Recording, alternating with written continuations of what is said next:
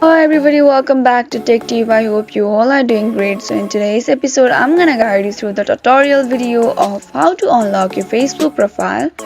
So to get started, first of all, go ahead and tap on the Facebook application, and once you are inside the Facebook, you will be appear with somewhat like this on your screen interface.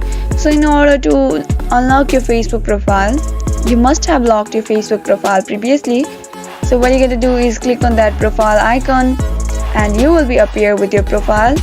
Now right there you can see your profile has locked or your profile has been locked somewhat like this. Simply tap on it. Right there you can see unlock option. Simply tap on it in order to unlock your profile. Once you do that, your Facebook profile will be unlocked, and that's how easily you can unlock your Facebook profile.